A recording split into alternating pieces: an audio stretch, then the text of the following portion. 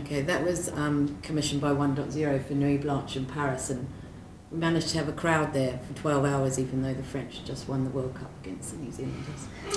So it's just, for me, that video just sort of shows how people just really lose themselves and become part of it and have a laugh with each other.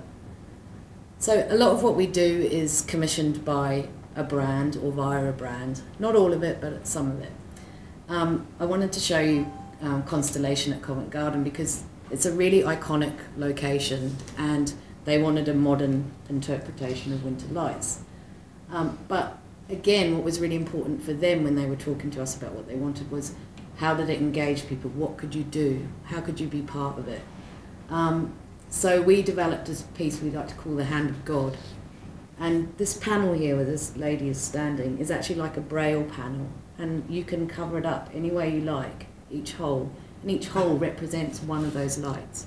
So you could sweep your hand over it and you'd see a whole wave of change. Or you could just be really pedantic and do that. And there was one, Chris came over there one night and there was this old lady and this man doing it. And the guy was loving it, and the woman said to Chris, "That's the most control he's ever had."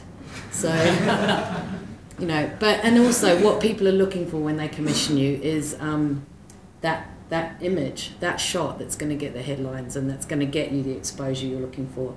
This is taken on the opening night where they got a lovely orchestra to do it. So I guess when you're commissioning artists to make you physical things that bring an emotion to an idea or that represent a brand, it's kind of different. The process is really different. And you mentioned risk, and there's a lot of risk, but there's also a huge amount of reward. And the people who are capable of making large-scale work can deliver it.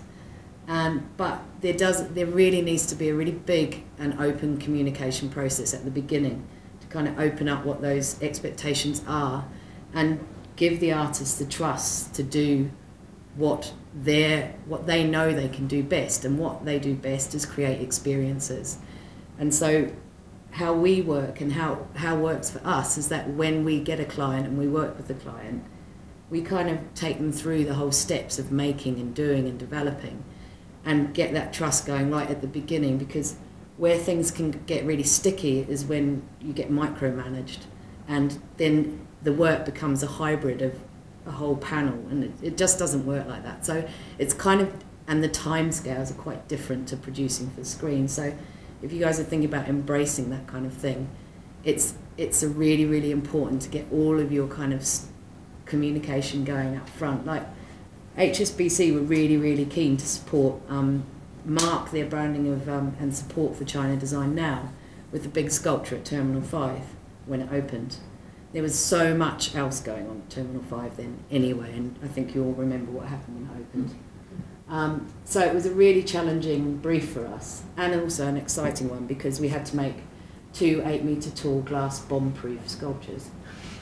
And why I'm showing you this is because we like to work with light as a material in all its forms.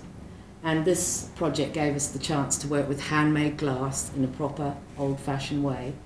And yet we designed the project using an algorithm that we wrote in processing. And that algorithm allowed us to design something more complex than we could ever have imagined, but also to control and understand the materials and how much they cost. We wrote a program that told us how many meters of glass were in it, how many bends there were, how much each bend would cost us. So we knew day to day, as we developed the design, within about £5 of how much it was costing us to build. And then the structural engineers came. We work in a kind of generative way, not all the time, but it's an exploration that we've been doing quite a lot lately, and this was kind of part of what we did for our Royal Academy Commission. And we've kind of explored those techniques further in Maple Leaf Square, this is a kind of outline sketch for a permanent public art commission we've won. So in a way, we don't really do any one thing for any one type of person. We like to do it all because it allows us to grow and change and learn and use new materials all the time. This is just a kind of rendering of the canopy in Toronto. which is using really hard materials, but we're trying to create a really organic feeling of walking under a big canopy of leaves in a forest.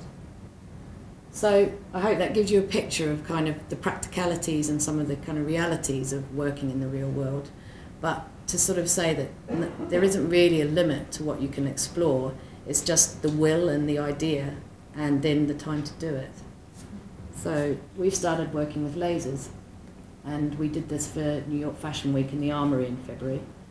And our next piece is opening in the Barge House very soon, where we've been doing a lot of work with lasers. And that was actually commissioned by Virgin Media to celebrate 10 years of broadband in the UK. So it's a really great brief because we knew why we were doing it, and we actually, the very naked elements of broadband are pulsing light, so it was a perfect fit for us.